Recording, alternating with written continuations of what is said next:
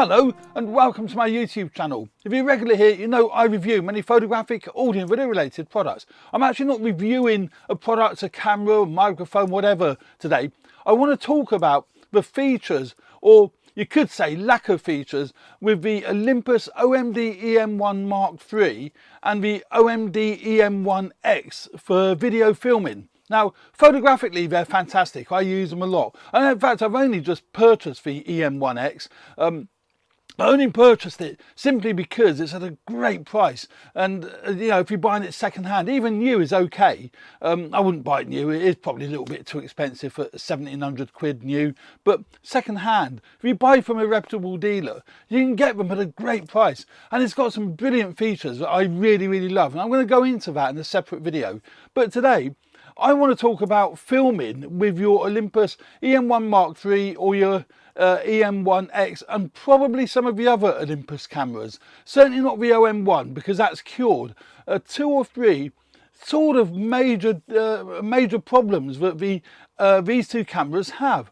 But you can overcome them, and I have overcome them, and I've overcome them in my studio here, and I'm actually filming a close-up shot on my E-M1 Mark III with a Sigma 30mm f1.4 lens, although I've got it set to f2 because f1.4 is just a little bit too light, too wide for the lighting that I've got, and I didn't want to muck around with changing the lighting, so that's set at f2.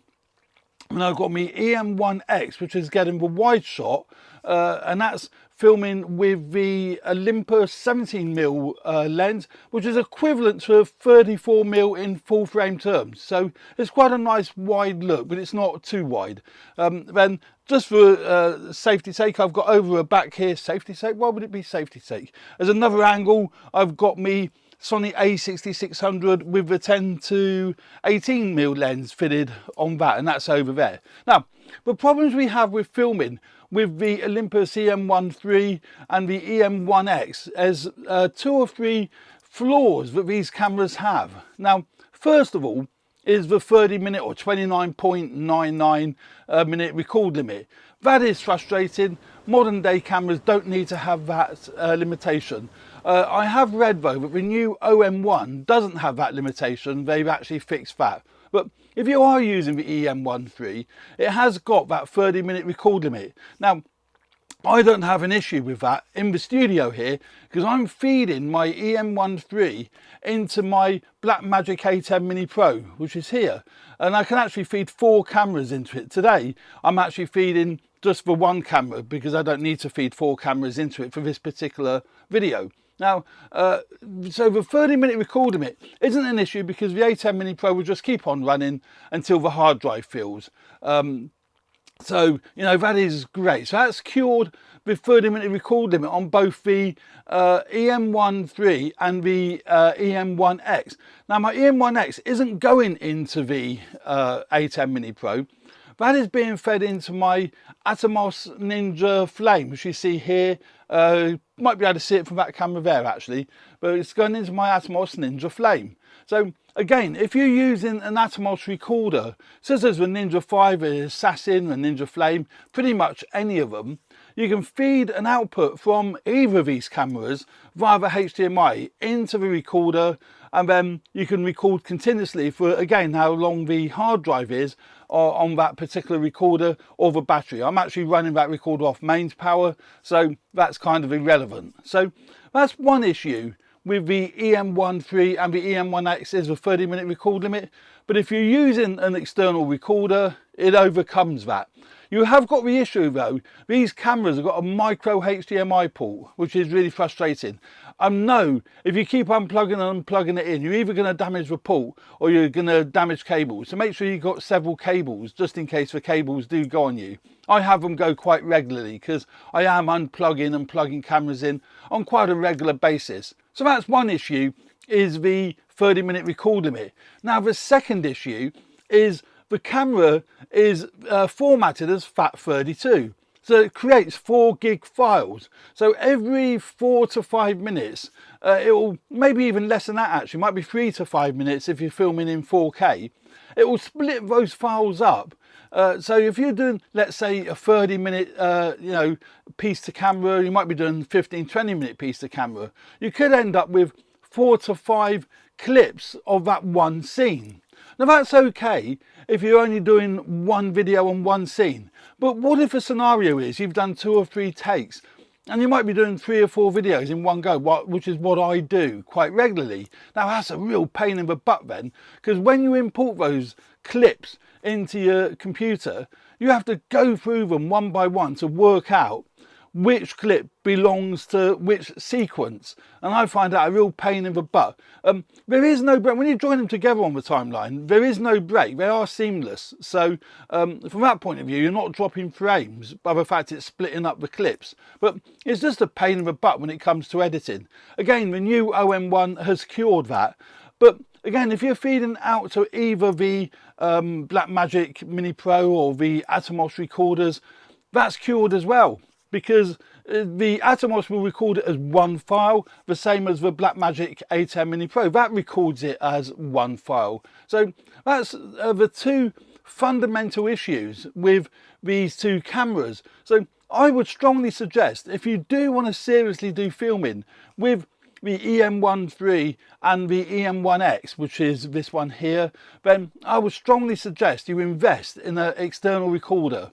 Now, if you're just doing short clips here and there, fine, you're not going to have an issue with either of them, because A, you're not using the HDMI out, and secondly, you're not recording long clips, so it really doesn't matter. Both these cameras have mic and headphone jacks, which is great, so you can plug your external microphones in. Very, very important if you're doing professional filming and you want really good quality audio. On my Olympus E-M1 I've got my Rode Video Mic NTG, Video Mic NTG, I think that's what it's called, going into me E-M1 and the E-M1X, I've got my Sennheiser MKE600 going into that via my Tascam X8 recorder, because that requires phantom power, and I'm using the X8 recorder to provide that phantom power. So I was actually recording separately on there as well, so I've got all sorts of backup audio.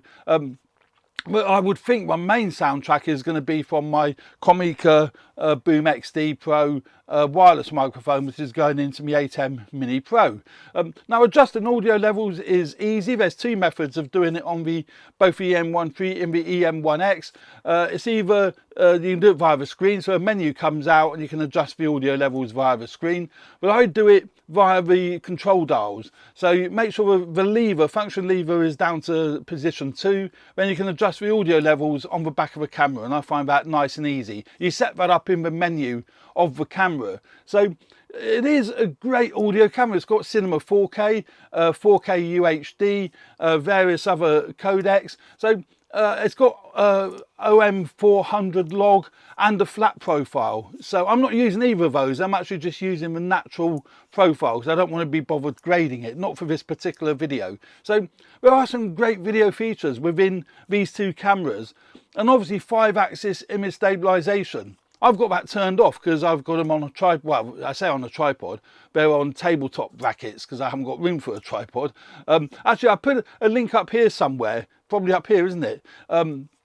To a video I recently done how I film in this small room, and you know how I've got it set up. But that wouldn't have been done with the 2 Olympus cameras. I would have been probably using my Nikons for that video, but I'll put a link up there so you can have a look at that video.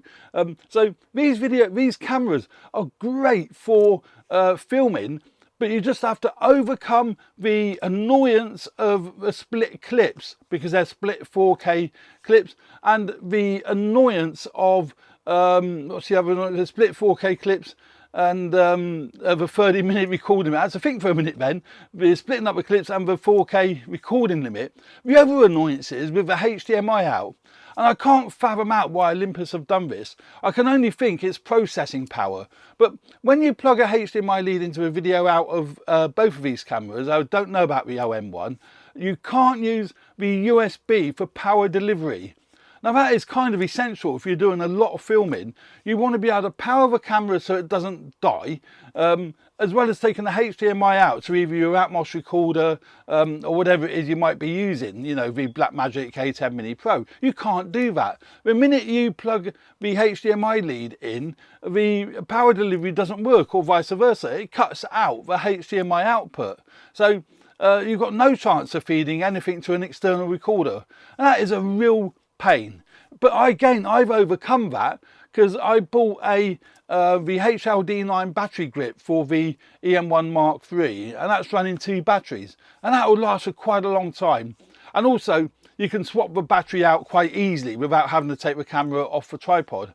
The E-M1X has got 2 batteries in it because the grip is built into the camera, so you've overcome it that way. So that's not, you know, too much of a problem, but it's really annoying that the HDMI feed is cut the minute that you plug into, you know, you try to run it off USB power supply. But, you know, there you go. So that's, you know, there's a few things with video you have to work around. But if you can work around those things, then you've got a great video kit. The autofocus is great. I'm hoping it's great. This is the very first long-term filming I've done with my Olympus cameras, so I'm hoping that the autofocus will be spot on and I can use these in the future. But I would strongly say, if you are serious about doing more filming and long-term filming with your Olympus cameras, get an Atomos recorder. Now, this video isn't sponsored or being paid for by either Olympus or Atomos. Everything that I use, I buy. I've been using Atomos recorders since the early days of the Atomos 2. I think it was called, no, the original Atomos Ninja HD recorder, because they are just so flexible. They give you a lot more flexibility with your filming, and also as a monitor, they've got all your scopes and everything else. I'll put a link up here to one of the reviews of one of my Ninjas, probably the Ninja 5. I'll put a link up here to the review of the Ninja 5 so you get an idea of how great these external recorders are. So there we go. That's some of the idiosyncrasies of filming with the Olympus cameras. But if you can work around those idiosyncrasies, you've got some great kit, you know. So there we go. Thanks very much for watching. Stay tuned for more videos relating to video and photography, podcasting, audio, and so on and so forth. And please subscribe to my channel if you haven't already done so. I really appreciate that. It helps me grow the channel. And if you like this video, please hit the like button. That would be really helpful as well. So thanks very much for watching. Stay tuned for more. Cheers for now. Bye.